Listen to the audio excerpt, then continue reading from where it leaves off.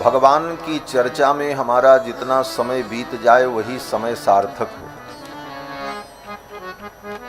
बाकी तो समय बीत रहा है और बीत जाएगा। रो करके गा करके अच्छे से बुरे से जैसे तैसे समय तो बीत जाएगा। काल की गति रुकती नहीं है, काल अखंड है और वो चलता रहता है। परंतु उस काल के, थोड़ा कम करो भैया, बहुत ज्यादा बुला। उस काल के खंड में जितना हम भगवान का स्मरण कर लें, भगवान की चर्चा कर लें, वही समय हमारा सार्थक है। बाकी समय हम जो कुछ दुनिया में करते हैं उसका पारलौकिक कोई फल नहीं होता। आप 24 घंटे राजनीति और दुनिया के जगत व्यवहार को करो, लेकिन उसका जो कुछ फल होगा वो यहीं मिलेगा, परलोक में कुछ मिलने वाला नहीं। आप दुनिया में बड़े बड़े कारोबार कर लो, उसका जो कुछ फल होगा इसी दुनिया में मिलेगा, परलोक में कुछ मिलने वाला नहीं। और जिस दुनिया में मिलेगा वो दुनिया भी छूटेगी और जो मिला है वो भी छूटेगा। ऐसी स्थिति में बुद्धिमान व्यक्ति परलोक के लिए संचय करता है कि परलोक में हमें क्या मिलेगा। इस संसार में तो जो हम कुछ करते हैं सब यहीं छूट जाता है। तो परलोक में हमारा कल्याण कैसे हो, इसके लिए बुद्धिमान व्यक्ति धर्म के पथ पर चलता है। स्वप्न में भी वो अधर्म का पक्ष नहीं लेता, क्योंकि इस धरती पर अगर कुछ सार है तो धर्म ही सार है। श्रीमद् वाल्मीकि रामायण में श्री जानकी जी भगवान श्री राम से कहती हैं कि धर्म सारमिदं जगत, ये जगत धर्म सार है। धर्म सार का मतलब इस जगत में धर्म ही एकमात्र सार है, बाकी सब कुछ बेकार निस्सार है। इस जगत में आकर के कोई अगर कहे कि सार तत्व क्या है इस संसार का,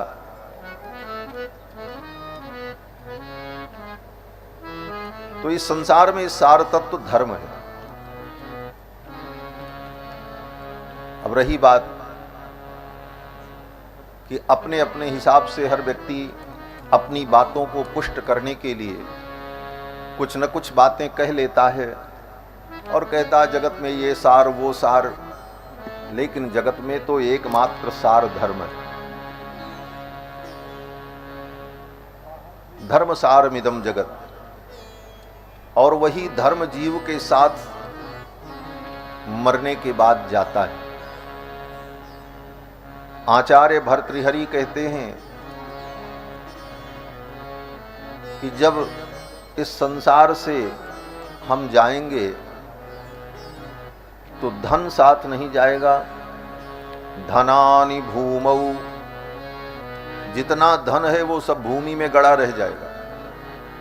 पहले जमाने में लोग भूमि में ही गाड़ करके धन रखते थे छिपा करके, तब बैंक वैंक था नहीं। तो रचनाकार शास्त्रकार ने वही बात लिखी है, उसको आज के अर्थ में बैंक समझ लो। धनानि भूमौ पशवश्च गोष्ठे, जो तुम्हारे हाथी घोड़े गाड़ी मोटर आवागमन के साधन हैं वह गोष्ठ में ही खड़े रह जाएंगे। धनानि भूमौ पशवश्च गोष्ठे नारी गृहद्वारी, जिस पत्नी के साथ संकल्प लिया कि जन्म जन्म का साथ है हमारा तुम्हारा, वह भी पत्नी कहाँ तक जाएगी, बोले मरने के बाद दरवाजे तक, बस उसके आगे उसे जाने नहीं दिया जाएगा। क्यों, बोले नारी को शमशान नहीं जाना चाहिए, ये कारण बताकर उस नारी को द्वार पर ही रोक दिया जाएगा। नारी गृहद्वारी जना श्मशाने, जो तुम्हारे अपने जन हैं वो भी कहाँ तक जाएंगे, बोले शमशान तक जाएंगे। तुम्हारा देह, बोले जिस देह के लिए तुमने जीवन के सारे पाप किए इस देह को सजाने के लिए, इसे बचाने के लिए, इसे खिलाने के लिए झूठ, फौरेब, अधर्म, समस्त प्रकार के पाप किए, वो देह भी तुम्हारा साथ नहीं देगा। वो कहाँ तक जाएगा? बोले केवल चिता तक जाएगा। धनानि भूमौ पशवश्च गोष्ठे, नारी गृहद्वारि जना श्मशाने, देहश्चितायां परलोक मार्गे, धर्मानुगो गच्छति जीव एकः। यह शरीर भी चिता में जलकर भस्म हो जाएगा और यह जीवात्मा जब अकेले जाएगा इस धरती से, तो उसके साथ अगर कुछ जाएगा तो उसका धर्म उसके साथ जाएगा। इसलिए बुद्धिमान व्यक्ति धर्म का संचय करता है। धर्म की पूंजी यहां भी काम आती है और वहां भी काम आती है, बाकी सारी पूंजी यहीं रह जाती है। जितना समय हम भगवान की चर्चा में, सत्कर्म में व्यतीत कर लें, वही घड़ी धन्य घड़ी। गोस्वामी तुलसीदास जी महाराज कहते हैं, धन्य घड़ी सोई जब सत्संगा, धन्य जन्म द्विज भगति अभंगा। वो घड़ी धन्य है जितनी देर हम भगवान की पावन चर्चा में रहते हैं, भगवान का स्मरण करते हैं। वह काल परम मंगलमय काल होता है। गंगा के तट पर प्रायोपवेशन करके विराजमान महाराज परीक्षित को परमहंस श्री सुखदेव जी महाराज ने ये कथा सुनाई, जिस प्रसंग को हम सभी लोग श्रवण कर रहे हैं। कल के प्रसंग में आप सभी लोगों ने महाराज प्रियव्रत के वंश में उत्पन्न महात्मा भरत के चरित्र को श्रवण किया। इसके पश्चात श्री सुखदेव जी ने राजा परीक्षित को भूगोल का वर्णन करके सुनाया। भूगोल के वर्णन में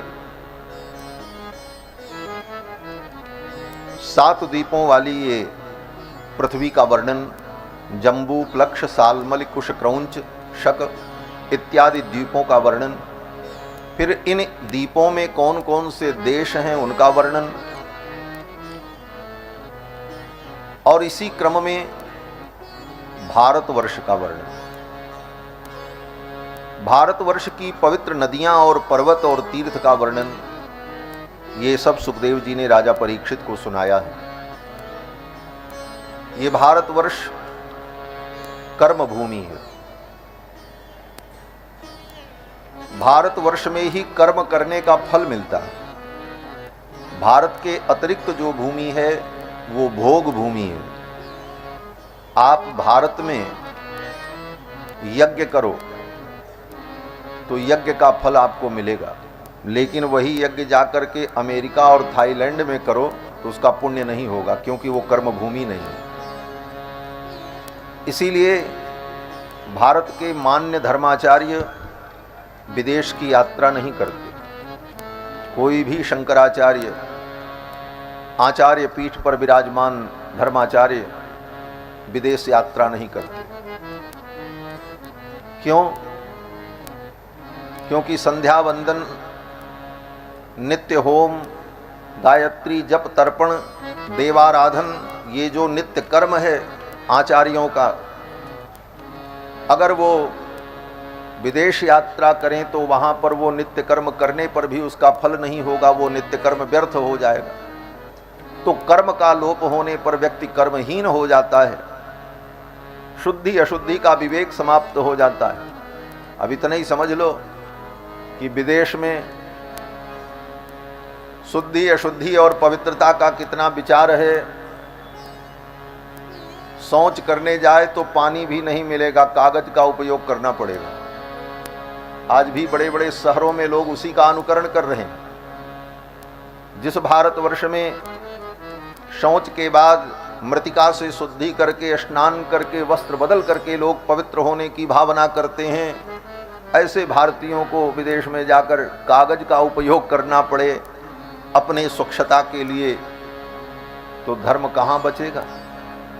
इसीलिए बड़े बड़े धर्माचार्य विदेश यात्रा नहीं करते, और जो लोग करते हैं वो लोग ये दलील देते हैं कि हम धर्म प्रचार करने जा रहे हैं। धर्म प्रचार करने तुम नहीं जाते हो, तुम तो धन बटोरने जाते हो। धर्म प्रचार अगर करना ही है तो भारतवर्ष की जनता धर्म से विमुख हो रही है। पहले तो अपने देश के लोगों के धर्म को बचा लो। लोग नास्तिक हो रहे हैं, वेद शास्त्र के पथ को छोड़ रहे हैं, उनको बचाना जरूरी है। विदेशी के लोगों को धर्म की शिक्षा देना उतना जरूरी नहीं।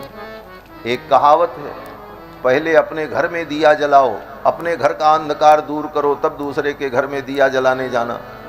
अपने देश की स्थिति ये है कि यहाँ के लोग धर्म कर्म से विमुख हो रहे हैं। वेदादि शास्त्रों के अध्ययन अध्यापन की परंपरा विलुप्त प्राय हो रही है। लोगों का आचरण नष्ट हो रहा है। आहार विहार की शुद्धि समाप्त हो गई। विवाहादि के व्यवहार बिगड़ गए। अंतरजातीय विवाह को सरकारें भी प्रोत्साहन देने लगीं। उसका दुष्परिणाम सब धीरे धीरे वर्ण संकर होते चले जा रहे। जब एक वर्ण का दूसरे वर्ण में विवाह होगा, अंतरजातीय विवाह, तो उसका परिणाम क्या होगा? बोले जो संतान पैदा होगी वो वर्ण संकर होगी। और वर्ण संकर संतान की फल क्या है? उसका फल क्या है? बोले गीता उठा करके पढ़ लेना। श्रीमद् भगवत गीता के प्रारंभ में ही अर्जुन ने भगवान से कहा, हे भगवान,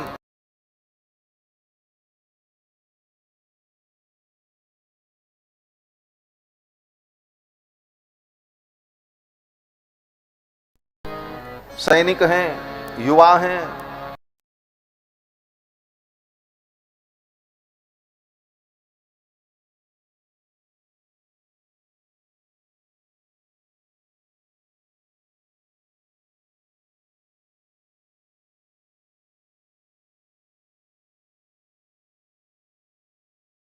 और वर्ण संकर संतान जो होती है उसके कारण उसके जो पितर स्वर्ग में बैठे हैं वो भी नरक में चले जाते हैं। संकरो नरकायैव कुलघ्नानाम कुलस्य च, अर्जुन ने यही कहा। स्त्रीसु दुष्टासु वार्ष्णेय जायते वर्ण संकर। स्त्री अगर चरित्र दूषित हो जाए तो उससे जो संतान उत्पन्न होती है वो वर्ण संकर हो जाती है। संकरो नरकायैव कुलघ्नानाम कुलस्य च पतन्ति पितरो हेषाम लुप्त पिंडोदक क्रिया। उसके पितर जो है स्वर्ग से नरक में गिर जाते हैं। जो पहले से स्वर्ग में है उनको भी नरक जाना पड़ता है। लुप्त पिंडोदक क्रिया, फिर उनके खानदान में पिंडदान और श्राद्ध की क्रिया भी लुप्त हो जाती है। क्यों? बोले वर्ण संकर के द्वारा दिया गया पिंडदान उन पितरों को प्राप्त भी नहीं होता। ये धर्म की व्यवस्था। और आज बोले धर्म के नाम पर, राष्ट्रवाद के नाम पर संस्थाएं प्रचार करती हैं, रोटी बेटी के भेद को समाप्त करो। जो संस्था धर्म की रक्षा का झंडा लेकर के दौड़ रही है, ऐसी संस्थाएं भी कह रही हैं रोटी बेटी के भेद को समाप्त करो। क्या चाहते हो? रोटी बेटी के भेद को समाप्त करके सारी भारत की प्रजा को वर्ण संकर बना करके नरक के कुंड में ढकेलना चाहते। ऐसे मूर्खों के द्वारा धर्म की रक्षा नहीं होती। धर्म की रक्षा शास्त्र के द्वारा होती। शास्त्र ही धर्म का मूल है। शास्त्र जो कहता है वो धर्म होता है। किसी नेता के कहने से कोई चीज धर्म नहीं होती। किसी बहुत बड़े प्रतिष्ठित व्यक्ति के कहने से कोई विषय धर्म नहीं बन जाता। बहुत बड़ी संस्था कह रही है इसलिए वो धर्म है, वो धर्म नहीं होता।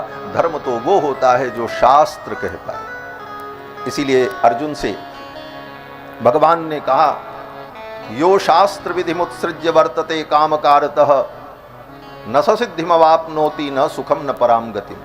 जो शास्त्र को छोड़कर मन माने ढंग से धर्म का आचरण करता है उसे सिद्धि की भी प्राप्ति नहीं होती और उसे परम गति की भी प्राप्ति नहीं होती। तो विदेश में जाकर के धर्म प्रचार करना उतना जरूरी नहीं है जितना जरूरी भारतवर्ष में। भारतवर्ष के गांव गांव में जाकर लोगों को धर्म की शिक्षा देकर भारत का जो प्राण है, जिस कारण से भारत विश्वगुरु कहलाया।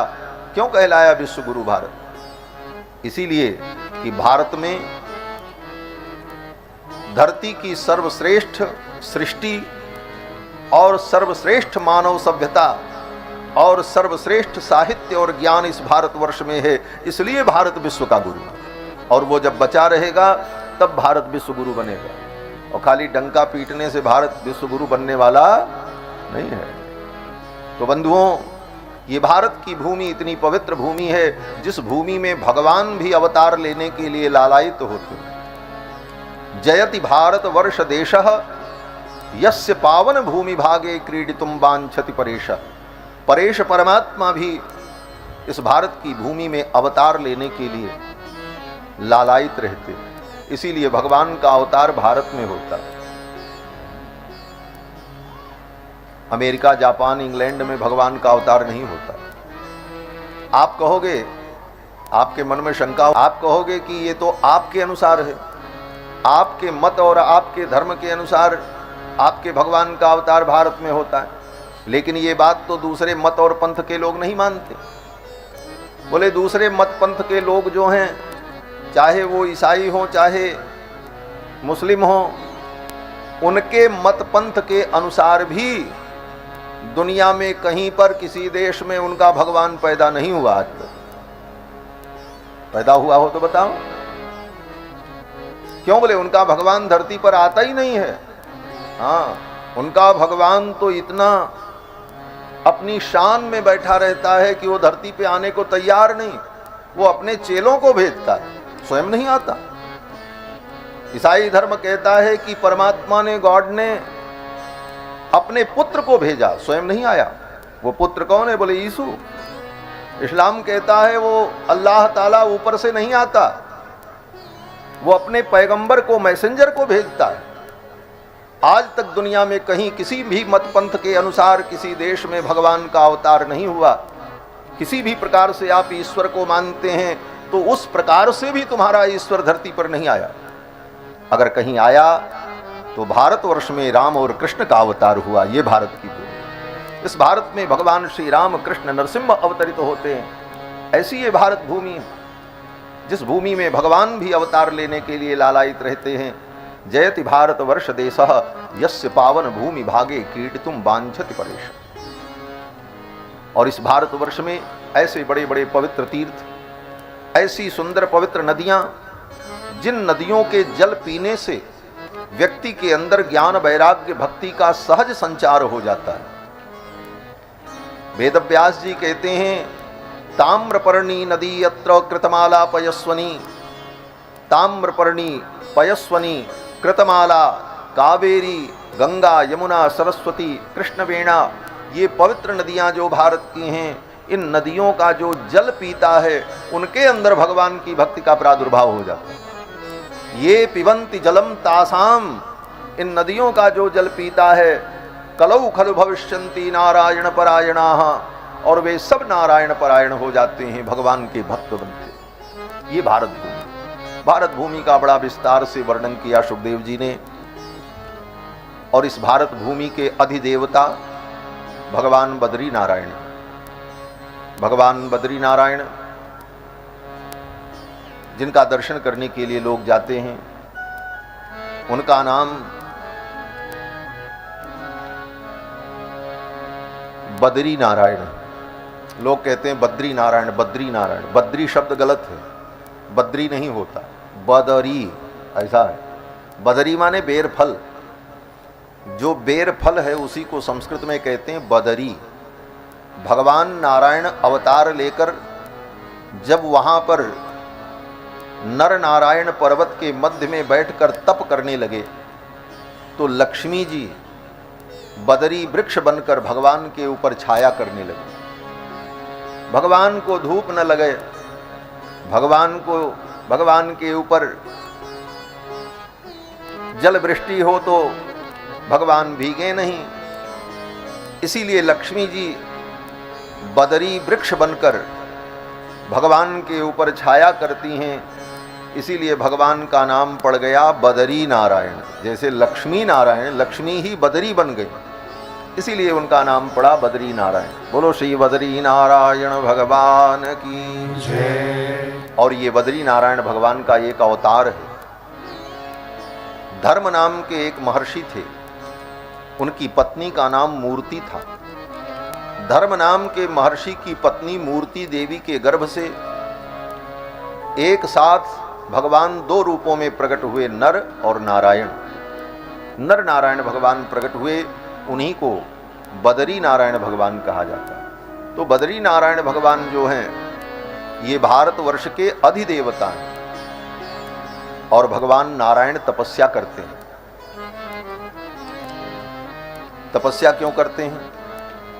बोले ये भारत भूमि में रहने वाले व्यक्ति को तप करना चाहिए। ये तपोभूमि है, ये भोग भूमि नहीं।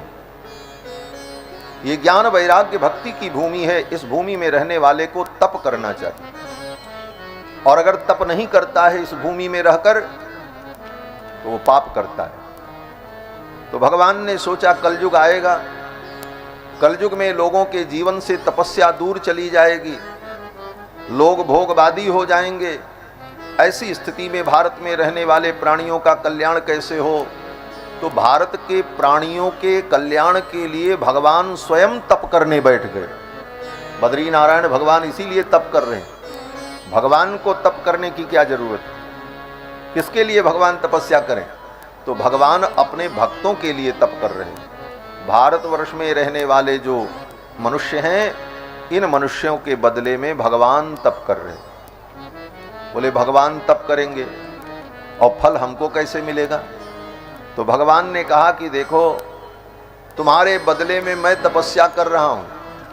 तुम केवल एक काम करो कि जीवन में कम से कम एक बार आकर के मेरे चरणों में प्रणाम कर लो, इस धाम का दर्शन कर लो, तो तुम्हें तपस्या का फल प्राप्त हो जाए। इसलिए हमारी सनातन परंपरा में आज भी ये कहा जाता है कि जीवन में एक बार कम से कम बद्री नारायण भगवान का दर्शन जाकर के जरूर कर लेना चाहिए।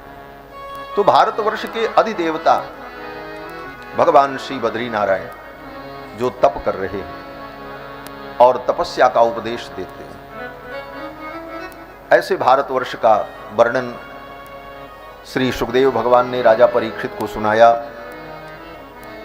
और इसके पश्चात सुखदेव जी ने राजा परीक्षित को नरक का वर्णन करके सुनाया। 21 प्रकार के नरक का वर्णन करके सुनाया। जब नरक का वर्णन करके सुनाया कि कौन सा पाप करने पर व्यक्ति को कौन से नरक की प्राप्ति होती है, उस प्रसंग में सुखदेव जी ने कहा, राजन, जो लोग अपने जिह्वा के स्वाद के लिए पशु पक्षियों को मारकर उनके मांस का रंधन करके खा लेते हैं, तमप करुणम यमानुचराः कुंभी पाके तप्त तैले परिरंधयंती, उनको जमराज के दूत कुंभी पाक नाम के नरक में ले जाते हैं। जो व्यक्ति राजा अथवा राजा का कर्मचारी, राजकर्मी किसी निर्दोष व्यक्ति को दंड अभियोग में फंसाकर दंडित करता है, ऐसे राजा को और उस राजा के कर्मचारी को यमराज के दूत असिपत्र नाम के नरक में ले जाते हैं। जो व्यक्ति अपने वैदिक मार्ग को छोड़कर पाखंड मार्ग को अपनाता है, ऐसे उन पाखंडियों को यमराज के दूत सूकर मुख नाम के नरक में ले जाते हैं। अब संपूर्ण वर्णन मैं नहीं करूंगा। भागवत के षष्ठ स्कंद में, पंचम स्कंद के अंतिम अध्याय में पढ़ लेना, जो नरक का वर्णन सुखदेव जी ने राजा परीक्षित को सुनाया है। कौन सा पाप करने पर व्यक्ति को कौन से नरक की प्राप्ति होती है। तत्काल भले आपको फल न मिले तो आपको लगेगा कुछ नहीं हुआ, हम बच गए, लेकिन समय आने पर वो कर्म का बीज फलीभूत होगा। आप खेत में कोई बिया डाल करके आओ, तुरंत वो अंकुरित नहीं होता, समय आने पर वो अंकुरित होगा और उसका रूप प्रकट होगा। उसी प्रकार ये कर्म के बीज जो हैं, समय आने पर पल्लवित और पुष्पित होते हैं, फिर उसका फल हमको जीवन में मिलता है, चाहे अच्छे कर्म हो चाहे बुरे कर्म हो। रही बात नरक की, तो लोग कहते हैं, आजकल ये सब तर्क किया जाता है, लोग कहते हैं नरक स्वर्ग कुछ नहीं है, जो कुछ है यही है। ऐसा कहते हैं ना लोग कि कहीं नरक स्वर्ग नहीं है, यही नरक स्वर्ग है जो कुछ है। लेकिन ऐसा नहीं। नरक स्वर्ग है और कर्मों के अनुसार नरक में और स्वर्ग में जीव को जाना पड़ता है।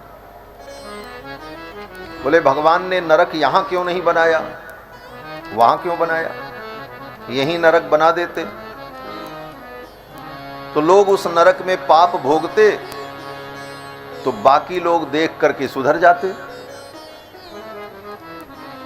जब जीव अपने पाप कर्मों का फल नरक में भोगता तो देखने वाले तो सुधर जाते कि अरे राम राम, पाप करने पर यह दंड मिलेगा। तो कहते नहीं, ये मनुष्य जो है इतना विचित्र प्राणी है कि ये देखने के बाद भी नहीं सुधरता है। क्या यहां देखने की व्यवस्था नहीं है? है देखने की व्यवस्था। आखिर छोटे मोटे पाप करने वाले व्यक्तियों को, अपराध करने वाले व्यक्तियों को पुलिस पकड़ती है, दंड देती है, जेल होती है, फांसी होती है, जुर्माना होता है, घर कुड़क हो जाता है, बुलडोजर चल जाता है। लेकिन इसके बाद भी क्या पाप करने वालों ने पाप करना बंद कर दिया? नहीं किया, कर रहे हैं। क्यों? बोले जन्म जन्मांतर से पाप कर्म की जो प्रवृत्ति है वो प्रवृत्ति उनको पाप कर्म में प्रेरित कर देती। तो यहां अगर भगवान नरक भी बना दें और उस नरक में पापी प्राणियों को यातना दी जाए तो वह यातना देख करके भी लोग सुधरने वाले। अब रही बात कि भगवान ने परलोक में नरक क्यों बनाया? बोले इसलिए बनाया कि इस लोक में दंड का पूरा पूरा विधान नहीं किया जा सकता, क्योंकि इस लोक में दंड के विधान की एक निश्चित सीमा है।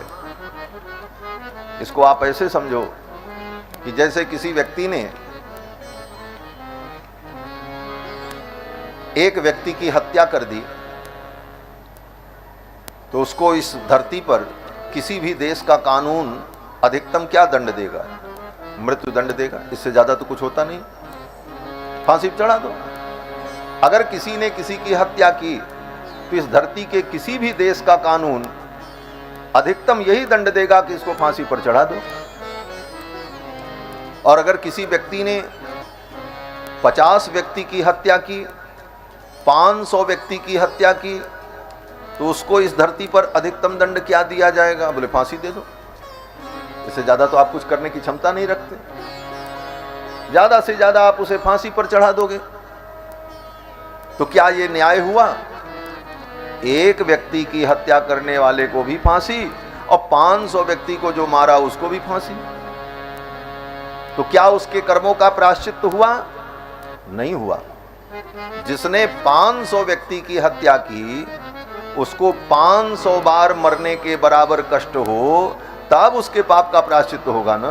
हिसाब तो ये होना चाहिए। और ये व्यवस्था इस धरती पर नहीं हो सकती। क्यों? बोले एक बार उसे फांसी पर चढ़ाओगे दोबारा वो फांसी चढ़ने लायक रहेगा ही नहीं। क्यों? बोले एक ही बार में मर जाएगा। एक बार वो मृत्यु तुल्य कष्ट सह लेगा, एक बार मृत्यु का कष्ट सह लेगा, दोबारा उसे मरना नहीं पड़ेगा, एक बार में काम खत्म। तो उसके 499 अपराध का प्रायश्चित्त नहीं हुआ। 499 हत्याओं का प्रायश्चित्त उसका इस धरती पर नहीं हुआ। तब बोले उसके लिए उसको नरक जाना पड़ेगा। और नरक में जब जाएगा तो उतनी बार उसको मृत्यु दंड दिया जाएगा और उतनी बार मृत्यु दंड देने पर भी वो नहीं मरेगा और मृत्यु तुल्य कष्ट प्राप्त करेगा और तब उसके पापों का प्रायश्चित्त होगा। इसलिए परमात्मा ने नरक की व्यवस्था की है। और यही स्थिति स्वर्ग की भी। स्वर्ग क्यों बनाया भगवान ने? बोले स्वर्ग में सब कुछ सुख होता है। बोले वो सब सुख यहां भी हो जाए, यहीं स्वर्ग बना देते। बोले यहां स्वर्ग बना दें, लेकिन स्वर्गीय सुख को भोगने का शरीर इस धरती पर नहीं होता। क्यों? बोले इस शरीर की, ये मानव जो शरीर है, इस शरीर की एक निश्चित क्षमता है कि इस शरीर से आप अधिकतम कितना सुख भोग सकते हैं और इस शरीर से अधिकतम कितना दुख भोग सकते हैं। उससे ज़्यादा सुख भोगेंगे तब भी मर जाएंगे और उससे ज़्यादा दुख भोगेंगे तब भी मर जाएंगे। इस शरीर की एक क्षमता है। इस शरीर को ज़्यादा दुख दिया जाएगा तो क्या होगा? बोले शरीर छूट जाएगा। अब बहुत ज्यादा सुख दिया जाए, बोले शरीर उतना सुख भोग नहीं सकता। आपका मन करे कि आप 1 कुंटल रसगुल्ला खाओ तो क्या खा सकते हो? नहीं खा सकते। अगर धरती पर रहने वाला कोई व्यक्ति सोचे कि हम अखंड निद्रा प्राप्त करें, 500 दिनों तक हम सोते ही रहें, अखंड निद्रा का सुख लें, बोले इस धरती पे संभव ही नहीं हो सकता। बोले ऐसे असीमित आनंद और सुख को पाने के लिए ही स्वर्ग की व्यवस्था परमात्मा ने की। स्वर्ग का जो शरीर होता है स्वर्गीय प्राणियों का, उसकी क्षमता बहुत अधिक होती है। उस शरीर से वो वर्षों तक सुख का भोग करते हैं। और उसी प्रकार नरक में यातना भोगने वाले प्राणियों के लिए जो शरीर होता है, उस शरीर से वो बड़ी बड़ी यातनाओं को भोगते हैं, क्योंकि उस शरीर की क्षमता होती है और उसी लिए परमात्मा वो शरीर उनको देता है। इस व्यवस्था के तहत भगवान ने स्वर्ग और नरक बनाया है। तो स्वर्ग नरक में जाकर के जीव अपने पाप पुण्य को भोगता है। नरक का जब वर्णन सुनाया तो राजा परीक्षित डर गए। राजा परीक्षित ने कहा, महाराज नरक में इतनी यातनाएं दी जाती हैं, अगर जीव से पाप हो गया, अपराध हो गया, तो वो नरक से कैसे बच सकता है? क्या कोई उपाय है? तो सुखदेव जी ने कहा, हाँ राजन, एक उपाय है। अगर पाप हो गया और उसे ज्ञान हो गया कि हमसे गलती हुई, तो उन पापों का प्रायश्चित कर ले। एक उपाय तो ये है, लेकिन प्रायश्चित तो 1-2 पापों का व्यक्ति करेगा। पिछले जो अनेक जन्मों के पाप अभी स्टॉक में रखे हुए हैं, समय आने पर मिलेगा उसका फल, उसका क्या होगा? तो सुखदेव जी कहते हैं, राजन, अगर मनुष्य जीवन में आकर समय रहते व्यक्ति को ज्ञान हो जाए और वो भगवान के चरणों की भक्ति में लग जाए, तो एक जन्म में की गई भक्ति उसके जन्म जन्म के पाप को नष्ट कर देगी। ये सिद्धांत बताया सुखदेव जी ने। क्या सिद्धांत बताया? बोले केचित केवलया भक्त्या वासुदेव परायणाः अघम धुन्वन्ति कार्ष्णेन निहारमिव भास्करः। सुखदेव जी कहते हैं, राजन, केचित केवलया भक्त्या, केवल भगवान की भक्ति के द्वारा, अघम धुन्वन्ति कार्ष्णेन, उसके जितने पाप हैं वो धुल जाते हैं। किस प्रकार से? बोले जैसे सूर्य भगवान के प्रकट होने पर अंधकार खत्म हो जाता है। जो अंधकार 12 घंटे से अपनी सत्ता बनाए था, पूरी रात रहा, 12 घंटे अंधकार ने अपना कब्जा जमा रखा था, लेकिन सूर्य के प्रकट होने के बाद उस अंधकार को नष्ट होने में कितना समय लगता है? बोले 12 मिनट कौन कहे, 12 सेकंड भी नहीं लगता। सूर्य भगवान के प्रकट होते ही 12 घंटे से अंधकार की जो सत्ता थी वो क्षणार्ध में, आधे क्षण में भी समाप्त हो जाती। जिस प्रकार सूर्य के प्रकाश से अंधकार नष्ट हो जाता है, उसी प्रकार भगवान की भक्ति के द्वारा जन्म जन्म के जो पाप हैं वो नष्ट हो जाते। ये सिद्धांत बताया। राजा परीक्षित ने कहा, महाराज, कोई सिद्धांत और कोई बात तब समझ में आती है जब कोई उदाहरण हो, दृष्टांत हो। तो कोई दृष्टांत आप बताओ कि जिसने बहुत पाप किया हो और भगवान की भक्ति के द्वारा उसके सारे पाप नष्ट हो गए हो। तब सुखदेव जी ने एक दृष्टांत सुनाया, कथा सुनाई। क्या कथा? बोले बड़ी प्रसिद्ध कथा है, अजामिल की कथा। अजामिल ब्राह्मण था, कान्यकुब्ज देश में रहता था और बड़ा विद्वान था। कान्यकुब्जे द्विजः कश्चित् दासीपतिरजामिलः नाम्ना नष्ट सदाचारो दास्या संसर्ग दूषितः। सुखदेव जी ने कहा वो अजामिल नाम का ब्राह्मण बड़ा विद्वान था, कर्मनिष्ठ था। ए बच्चों को शांत करो, ये खेलने की जगह नहीं है। कहां गए कार्यकर्ता लोग? श्री सीता रामचंद्र भगवान की जय। उधर से जाइए।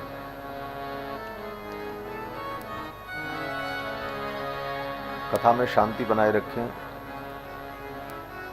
मैं निवेदन कर रहा था कि सुखदेव जी ने कहा कि अजामिल नाम का ब्राह्मण बड़ा विद्वान था, बड़ा तपस्वी था, लेकिन एक दासी के संसर्ग से दूषित हो गया। दासी का संसर्ग क्या था? बोले संसार की वासना और विकार ये हृदय में कैसे आता है? बोले सुन करके अथवा देख करके, दो साधन होते हैं। आंखों से आप संसार की वासना को अगर देखोगे तो ये आंख ऐसा कैमरा है कि फोटो खींच करके तुरंत चित्त के पास भेजेगा, मन के पास। बोले ये सुख तुम भी अपने जीवन में पाओ। ये आंख का कैमरा उस वासना को, उस विकार को अपने हृदय में पहुंचा देता है, फिर उसके हृदय में भी वही इच्छा उत्पन्न होने लगती है। इसलिए वासना और विकार को देखना भी बड़ा हानिकारक है। अजामिल के जीवन में जो पतन हुआ उसका यही कारण था। अजामिल बड़ा शुद्ध पवित्र था, कहीं जा रहा था, रास्ते में जंगल पड़ा। वहां जंगल में कोल भील जाति की एक स्त्री थी, दासी, और वह किसी पुरुष के साथ स्वच्छंद रूप से वासना से युक्त होकर भोग में प्रवृत्त थी। उच्छृंखल भोग प्रवृत्ति जिसको कहा जाता है, मनमुखी भोग, शास्त्र सम्मत भोग, उसको तो हमारे यहां धर्म कहा गया है गीता में। भगवान कृष्ण कहते हैं कि धर्मा विरुद्ध कामोस्मि भरतर्षभ। हे अर्जुन, धर्म के अनुकूल जो भोग है वह भोग भी, वह काम भी मेरा स्वरूप है।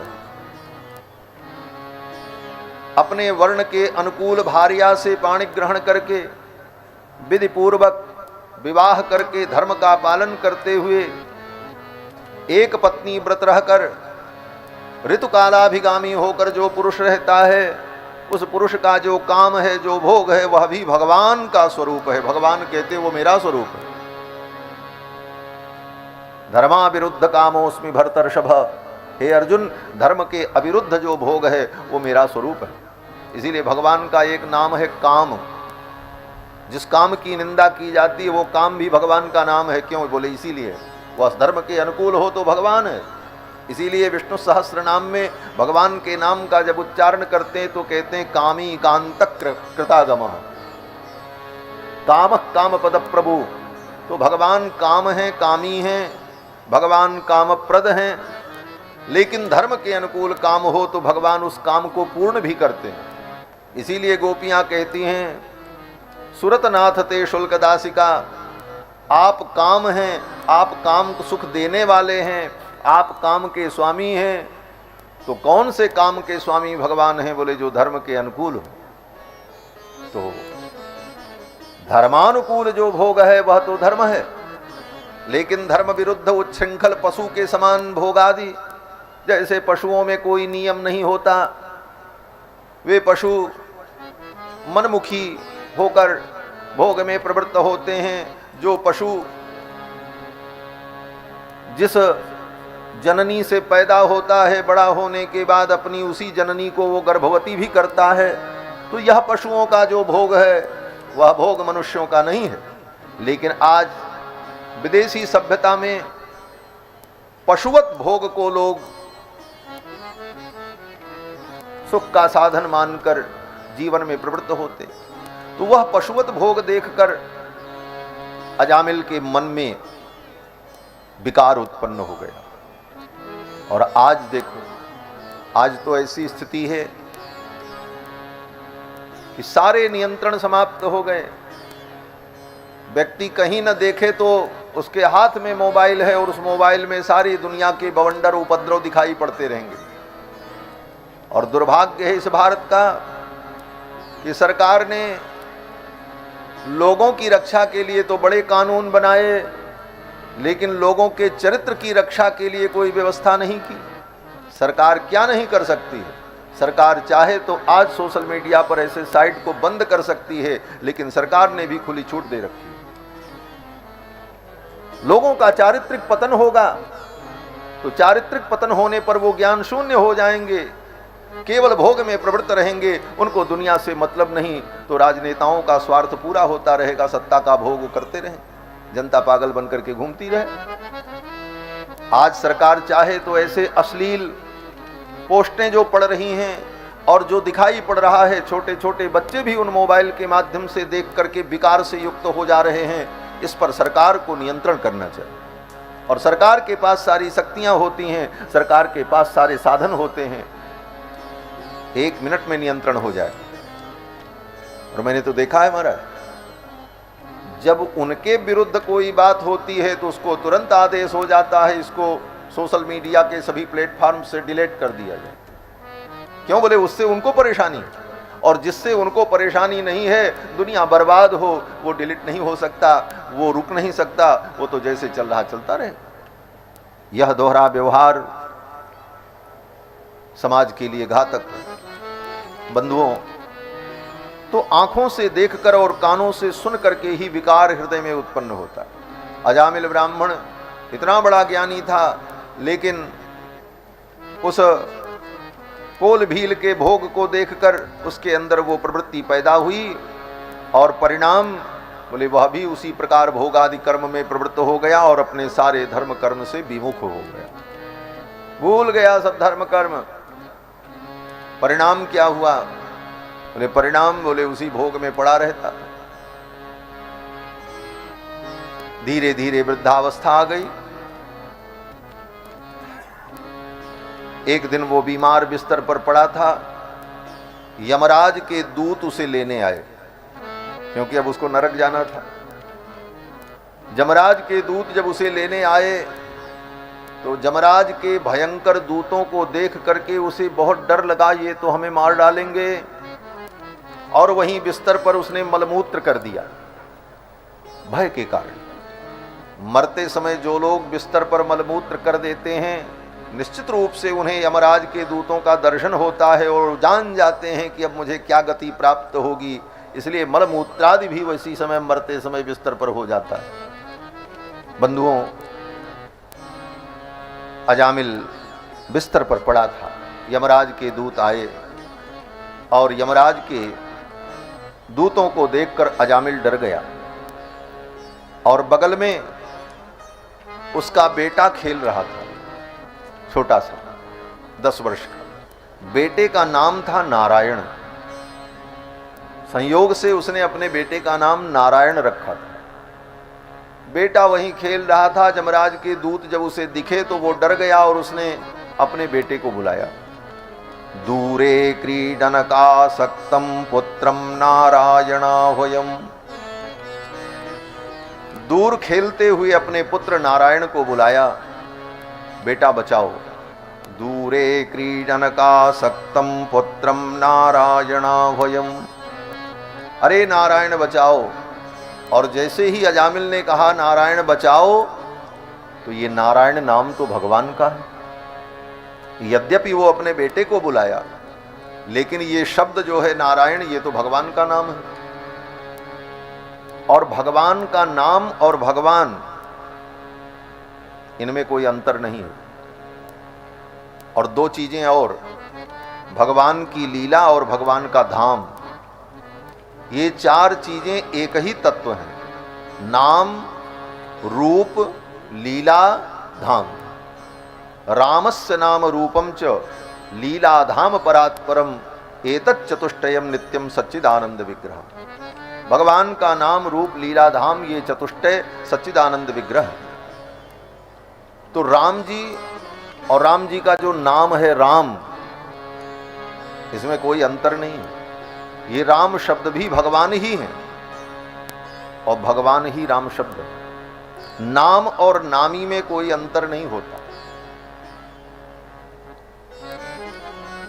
अजामिल ने जब नारायण शब्द कहा तो ये भगवान का नाम है, स्वयं भगवान है, नाम महाराज है।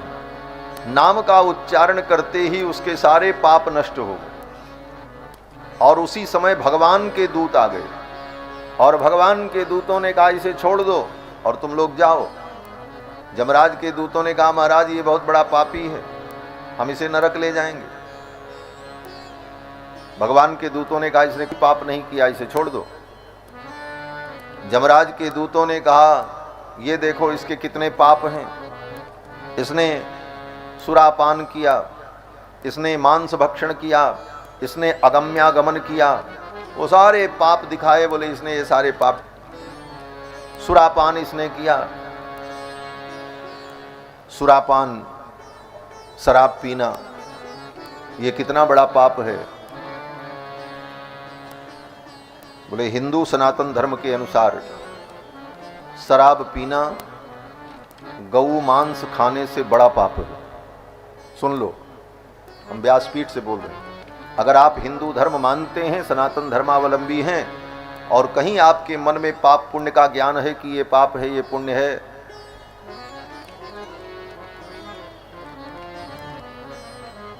तो शराब पीना कितना बड़ा पाप है। बोले सुरापान महापाप की कोटि में आता है। जितने पाप हमारे सनातन धर्म में बताए गए, एक चींटी की हत्या से लेकर ब्रह्म हत्या पर्यंत और अशुद्ध वस्तुओं का भक्षण स्पर्शादि जो पाप है वो अलग। इन सब पापों में अलग अलग कोटियां हैं। सब पाप एक समान नहीं होते। जो सबसे बड़ा पाप है उसको महापाप कहते हैं। उससे नीचे जो है वो पाप है। पाप से नीचे उपपाप, फिर उसके बाद अपात्रीकरण, मलिनीकरण, जाति भ्रंश, ये सब पाप की अलग अलग कोटियां हैं। तो जो सबसे बड़ा पाप है वो महापाप है। और महापाप में 5 पाप होते हैं। पंच महापातक उसको कहा जाता है। उसमें पहला महापाप ब्रह्म हत्या, दूसरा सुरापान शराब पीना, तीसरा स्वर्णस्तेय स्वर्ण की चोरी करना। अगर कोई व्यक्ति किसी का सोना चुरा ले लोभ में, तो वह स्वर्ण की चोरी महापाप है। गौ हत्या से भी बड़ा पाप। और स्वर्ण चोरी करने वाला व्यक्ति, महापाप करने वाला व्यक्ति नरक में जाकर अपने पाप को भोगने के बाद जब पैदा होता है तो उसे चर्म विकार होता है, उसके नख गल जाते हैं। स्वर्णस्तेयी कुनखी, उसके नख जो है झड़ जाते हैं। यही चिन्ह है कि इसने पूर्व जन्म में स्वर्ण की चोरी का महापाप किया। तो पहला महापाप ब्रह्म हत्या, दूसरा सुरापान, तीसरा स्वर्णस्तेय स्वर्ण की चोरी, और चौथा महापाप गुरुवांगना गमन, गुरु की पत्नी के साथ व्यभिचार। गुरु माने केवल गुरु नहीं, गुरु माने जो हमारे लिए पूज्य और वंदनीय हैं, बड़ा भाई, चाचा, मामा, ऐसे जो श्रेष्ठ जन हैं, उनकी पत्नी के साथ अगर कोई व्यभिचार करता है गुप्त रूप से अथवा प्रकट रूप से, तो वह महापापी। तो ये 4 महापाप ब्रह्म हत्या, सुरापान, स्वर्णस्तेय और गुरुवांगना गमन। और 5वां महापाप, बोले ये 4 पाप करने वाले व्यक्ति के साथ जो उठता है, बैठता है, खाता है, पीता है, उनका अनुमोदन करता है, उनके साथ रहता है, वह भी उसी कोटि का पापी माना जाता है, चाहे वो पाप करे चाहे न करे। इसीलिए शराब पीने वाले व्यक्ति के साथ जो रहेगा उसको भी शराब पीने का ही पाप लगता है, वो भी महापात की। जो व्यक्ति गुरवांगना गमन करता है उस व्यक्ति के साथ जो व्यक्ति रहता है वह भी उसी पाप का भागीदार बनता है। तत्संगी पंचैते पातकी जनाः, उनका संग करने वाला पांचवा उसी कोटि का पापी होता है। ये 5 महापाप हैं। इन 5 महापाप से व्यक्ति को बचना चाहिए। इसी को महापातकी कहते हैं। लोग कहते हैं ना कि महापातकी है, तो महापातकी का मतलब कि यही 5 पाप में जो पाप किया है वो महापातकी होता है। आप कहोगे कथा सुनाते सुनाते ये पाप का वर्णन महाराज सुना रहे हैं, अच्छी बात नहीं बता रहे हैं। बोले ये भी अच्छी बात है। संग्रह त्याग के बिनु पहचाने, जिस वस्तु का आपको संग्रह करना है उसे भी जानने की आवश्यकता है, और जिस वस्तु का त्याग करना है उसे भी जानने की आवश्यकता है। पुण्य क्या है, धर्म क्या है, यह जानना जरूरी है, लेकिन इसके साथ साथ पाप क्या है, अधर्म क्या है, यह भी जानना जरूरी है। क्यों? बोले अगर आप नहीं जानेंगे तो धोखे में आपसे अधर्म हो जाएगा, आप नहीं जानेंगे तो आपसे धोखे में पाप हो जाएगा। इसलिए पाप अधर्म क्या है यह भी जानना जरूरी है, और पुण्य और धर्म क्या है यह भी जानना जरूरी है। आप नहीं जानते हैं कि जहर खाने से व्यक्ति मर जाता है, और जहर क्या होता है, तो कभी धोखे से खा लेंगे तो परिणाम तो उल्टा ही हो जाएगा। इसलिए यह भी जानना जरूरी है कि जहर क्या है, उसका रूप क्या है, उसके खाने का परिणाम क्या है। जब ये आप जानते रहेंगे तब आप उससे बच पाएंगे, और नहीं जानते हैं तो धोखे में हो सकता है कभी आप उसके चक्कर में पड़ जाएं। इसलिए पाप को भी जानना चाहिए, पाप क्या है, अधर्म क्या है। अजामिल बहुत बड़ा पापी था। यमराज के दूत जब लेने आए तो भगवान के दूतों ने कहा इसे छोड़ दो, चले जाओ, इसने नारायण नाम का उच्चारण कर लिया है, अब ये पापी नहीं। यमराज के दूतों ने पूरी चार्ज शीट प्रस्तुत कर दी, बोले देखो इतना पाप इसने किया। भगवान के दूतों ने कहा ये सब कागज पत्र तुम अपना रखो, इसने मेरे स्वामी भगवान नारायण का नाम लिया है, और हमारे स्वामी के नाम की ये महिमा है। सांकेत्यम परिहास्यम वा स्तोभम हेलनमेव वा वैकुंठ नामक ग्रहणम अशेषाघ हरम विदुः। संकेत में कोई भगवान का नाम ले ले, परिहास में भगवान का नाम ले ले, मजाक में भगवान का नाम ले ले, सांकेत्यम परिहास्यम वा स्तोभम हेलनमेव वा, अवहेलना पूर्वक भी भगवान का नाम अगर ले ले तो वैकुंठ नामक ग्रहणम अशेषाघ हरम विदुः, भगवान का नाम लेने पर उसके सारे पाप नष्ट हो जाए। ये मेरे प्रभु के नाम की महिमा है। इसलिए इसने नारायण कहा, नारायण बचाओ, ये नारायण शब्द का उच्चारण करते ही उसके सारे पाप नष्ट हो गए। अब इसे तुम यमराज के पास नहीं ले जा सकते। भगवान के दूतों ने ये सब कह करके यमराज के दूतों को विदा कर दिया। फिर भगवान के दूत भी उसे छोड़ करके चले गए, क्योंकि वो तो बचाने आए थे। अजामिल ने ये दृश्य बिस्तर पर पड़े पड़े देखा।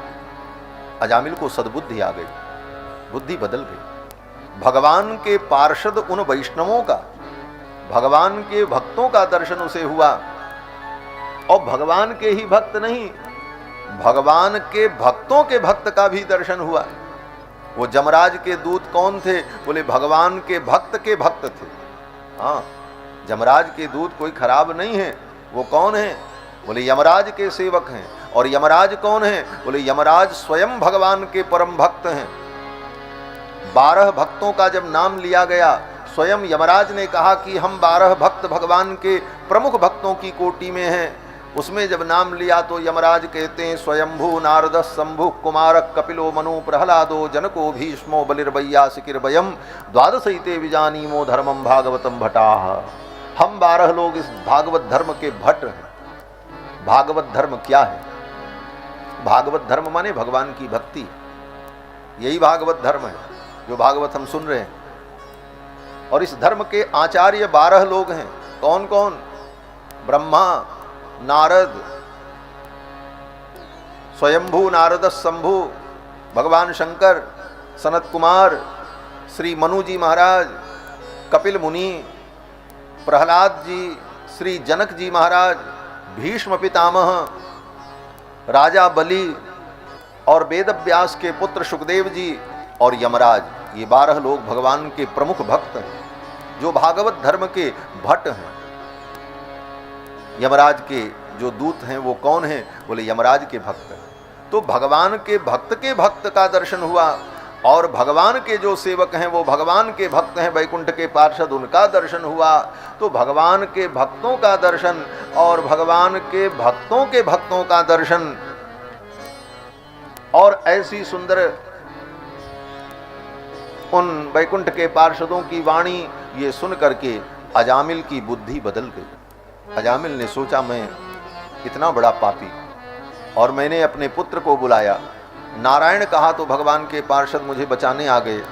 अगर मैं श्रद्धा से प्रेम से भगवान का नाम लेता, विश्वास के साथ नाम लेता, तो भगवान की मेरे ऊपर कितनी बड़ी कृपा होती। सद्बुद्धि आ गई और उसी दिन उसने निर्णय कर लिया कि अब आज के बाद मैं कोई पाप नहीं करूँगा। जो हुआ सो हुआ, लेकिन आज मैं कान पकड़ता हूँ। अब जीवन में जो कुछ मेरा जीवन शेष बचा है, मैं कोई अपराध नहीं करूँगा और भगवान के चरणों की भक्ति करूँगा। और उसी दिन अजामिल अपना घर छोड़कर हरिद्वार चला गया और हरिद्वार में जाकर के गंगा के तट पर रहकर उसने खूब नारायण नाम का जप किया। और नारायण नाम के उच्चारण से उसके जन्म जन्मांतर के सारे पाप नष्ट हो गए और मरने के बाद उसे नरक नहीं जाना पड़ा, वो भगवान के धाम का अधिकारी हो गया। अब इस कथा का मतलब ये मत समझ लेना कि भगवान के नाम में इतनी शक्ति है तो हम खूब पाप करें और पाप करने के बाद बस भगवान का नाम ले लेंगे, सब काम बन जाएगा। दिन भर पाप करें और रात में जब बिस्तर पर सोने जाएं तो एक बार कहें राम, बस हो गया काम। अगर ये सोच करके पाप करोगे तब कभी नष्ट नहीं होगा वो पाप। भगवान का नाम सारे पापों को नष्ट करने वाला है, इसलिए अब पाप करने में कोई डर नहीं। चाहे जितना पाप हम करें, ये सोचकर अगर पाप कर्म में प्रवृत्ति होती है तो भगवान का नाम तुम्हारी रक्षा नहीं करेगा। लेकिन सच्चे मन से अगर आज सद्बुद्धि आ जाए कि हमने जो कुछ गलत किया अब हम नहीं करेंगे, आगे भगवान की भक्ति करेंगे, ये सोचकर भगवान के नाम का उच्चारण करे तो उसी क्षण एक बार भगवान का नाम लेने पर उसके सारे पाप नष्ट हो जाते। 2 बार भी नहीं लेना पड़ेगा, एक बार बस। राम आपने कहा, पिछले सारे पाप समाप्त हो गए। लेकिन शर्त यह है कि आगे हम पाप नहीं करेंगे। गोस्वामी तुलसीदास जी कहते हैं, उत्तरकांड के अंतिम प्रसंग में कहते हैं कि ये राम नाम, एक बार राम नाम का उच्चारण कर ले, कही नाम बारक तेपि पावन हो ही। एक बार राम नाम का उच्चारण करके व्यक्ति पावन हो जाता है। बोले कोई हुआ, कोई उदाहरण है आपके पास? तो गोस्वामी जी कहते हैं, कितना उदाहरण मैं बताऊं। पाई न केहि गति पतित पावन, राम भज सुन सठ मना, गणिका अजामिल व्याध गीध गजादि खल तारे घना। 1-2 थोड़ी। आभीर जवन किरात खस स्वपचादि अति अघरूप जे, कही नाम बारक तेपि पावन हो ही राम नमामि। पाई न केहि गति पतित पावन, राम भज सुनु सठ मना। पाई न केहि गति पतित पावन, राम भज सुनु सठ मना। गणिका अजामिल व्याध गीध गजाति खल तारे घना। गणिका अजामिल व्याध गीध गजाति खल तारे घना। आभीर जवन किरात खस स्वपचा दियति अघरूप जे। आभीर जवन किरात खस स्वपचा दियति अघरूप जे। कही नाम बारक तेपि पावन, होहि राम नमामि ते। कही नाम बारक तेपि पावन, होहि राम नमामि ते। पाई न केहि गति पतित पावन, राम भज सुनु सठ मना। राम भज सुनो सठ मना, राम भज सुनो सठ मना। भगवान का नाम एक बार भी व्यक्ति ले ले तो उसके पाप नष्ट हो जाते, लेकिन शर्त यह है कि आगे हम कोई पाप नहीं करें।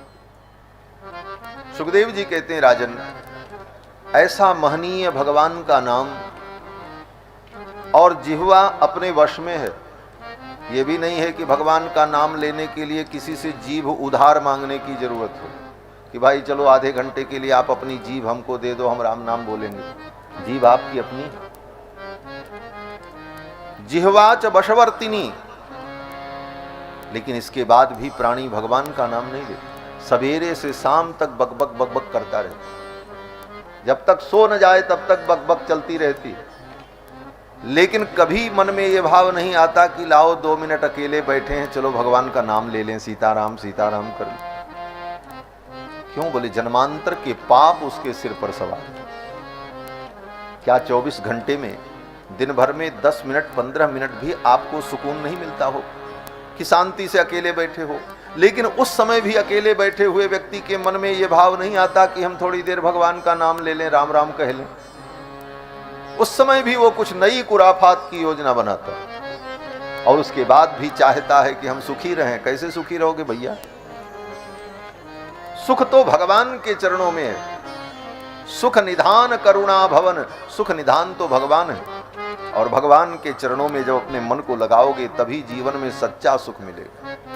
इसीलिए भक्तों ने कहा, मिलता है सच्चा सुख केवल भगवान तुम्हारे चरणों में। मिलता है सच्चा सुख केवल भगवान तुम्हारे चरणों में। मिलता है सच्चा सुख केवल भगवान तुम्हारे चरणों में।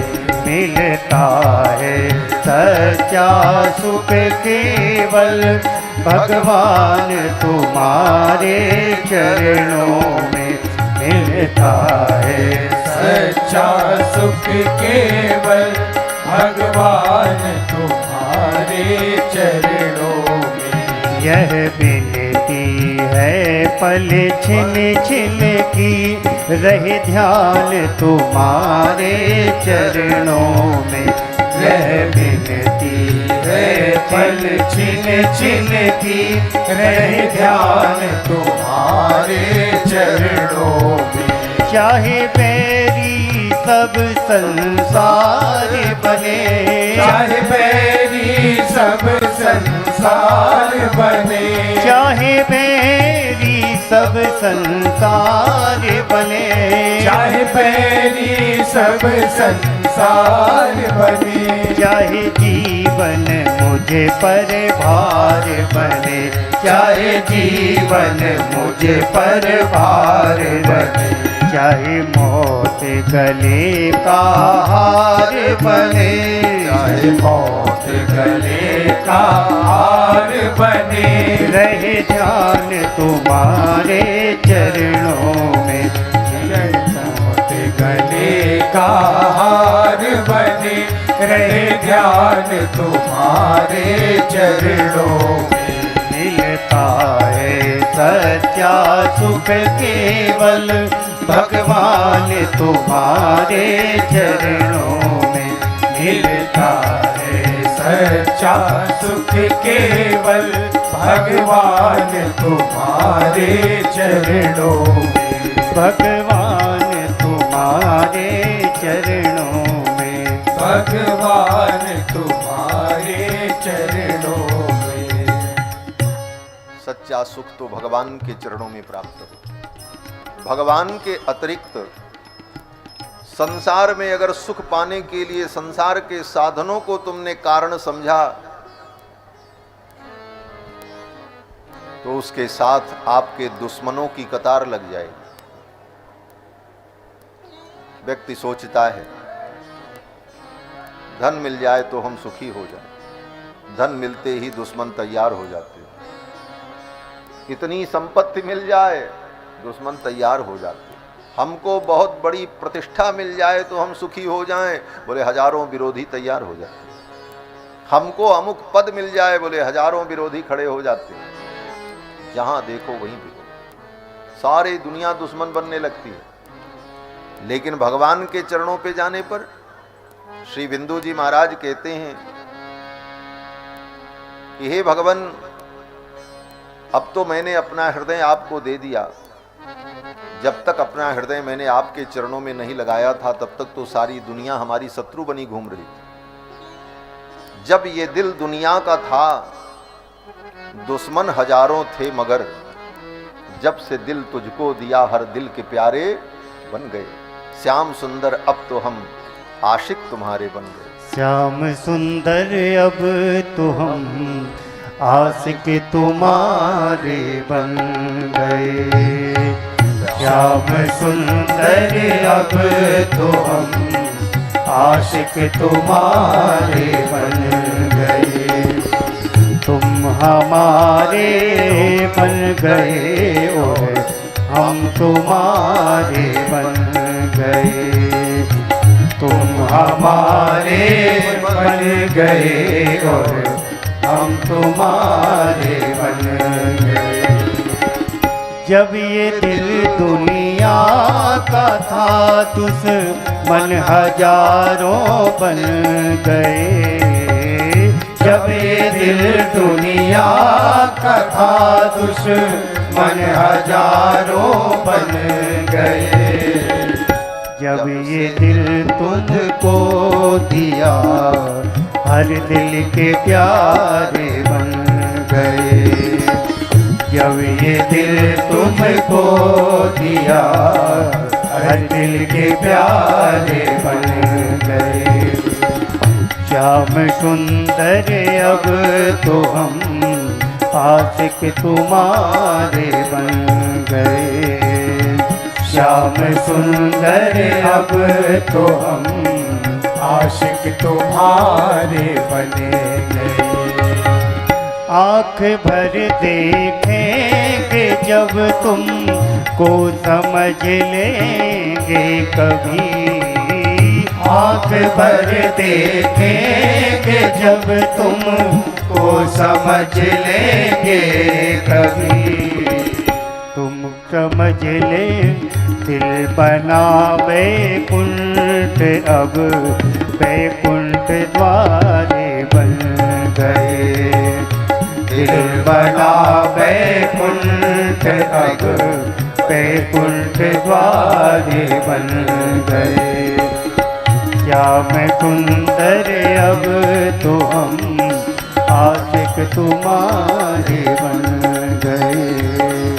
श्याम सुंदर अब तो हम आशिक तुम्हारे बन गए।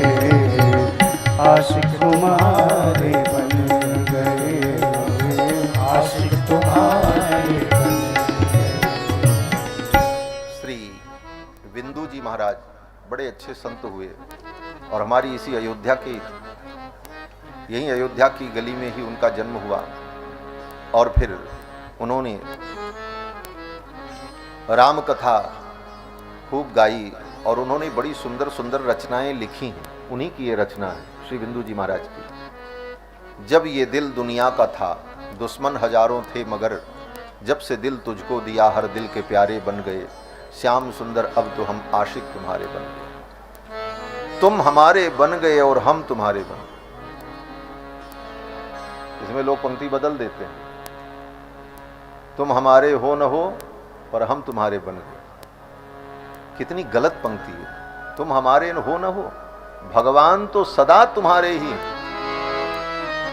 तुम भले भगवान को अपना न मानो, लेकिन भगवान ने कभी ये नहीं कहा कि तुम हमारे नहीं हो। और एक बार नहीं, सैकड़ों बार भगवान ने कहा तुम हमारे हो, तुम हमारे हो। गीता में भगवान ने अर्जुन से कहा, अर्जुन तुम ही नहीं, संसार में जितने जीव हैं सब हमारे। ममई वांसो जीवलोके जीवभूत सनातनः। क्या कहा? गीता में भगवान ने कहा, रामायण में कहा, ईश्वर अंश जीव अविनाशी चेतन अमल सहज सुख राशि। ये हमारा अंश है। ये तो जीव अज्ञानी है जो कहता हम आपके नहीं, हम तो इनके हैं।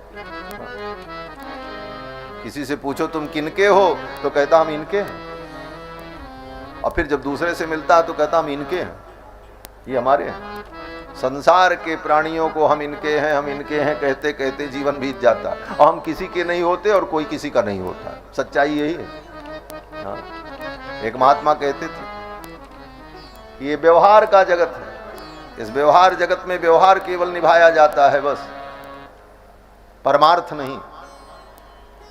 लोग कहते हैं महाराज ये हमारे बड़े प्रेमी हैं, ये तो हमको प्राण के समान प्यारे, और उनके चले जाने के बाद दूसरा जब आता तो कहते हैं अरे ये मेरे बड़े प्यारे हैं, ये तो हमारे प्राण के समान है। जिसको देखो उसी को प्राण बताता चलता। ये तो भगवान की कृपा समझो कि ये भीतर वाला प्राण निकलता नहीं तो ये कहे कि जब तुम्हारे यही प्राण हैं तो इनको लेके रहो, हम तो चले, तब तो राम नाम सत्य हो जाए। तो महाराज संसार में यही है, भगवान हमारे हैं, हम भगवान के हैं, तुम हमारे, हम तुम्हारे। भक्त कहते हैं हम तुम्हारे बन गए और तुम हमारे बन गए। दिल बना बैकुंठ, दृग बैकुंठ द्वारे बन गए। दृग शब्द दृग होगा और मिस्टेक है। दिल बना बैकुंठ, दृग बैकुंठ द्वारे बन गए। दरवाजे से ही कोई भीतर आता है। बिंदु जी कहते हैं हे प्रभु, इन आंखों के दरवाजे से आप हृदय में आकर के बैठ जाओ, और आप जहां बैठोगे वही तो बैकुंठ होता है, फिर तो हमारा दिल ही बैकुंठ होता है। तो भगवान का नाम कैसे भी लिया जाए जीव का परम कल्याण होता है, लेकिन शर्त यह है कि आगे हम कोई पाप नहीं करें। अजामिल के सारे पाप नष्ट हो गए, वो बैकुंठ का अधिकारी हो गया। ये कथा यही संकेत करती है कि चलते फिरते उठते बैठते जब याद आ जाए भगवान का नाम लेते रहो, और पाप कर्मों से बचो, तौबा करो। हाँ, जिसको तौबा करना कहते हैं, उससे मुक्ति ले लो, पाप कर्मों से बच जाओ और भगवान का नाम लेते रहो, तो नरक नहीं जाना पड़ेगा, भगवान के चरणों में स्थान प्राप्त होगा। ये इस कथा का सार है।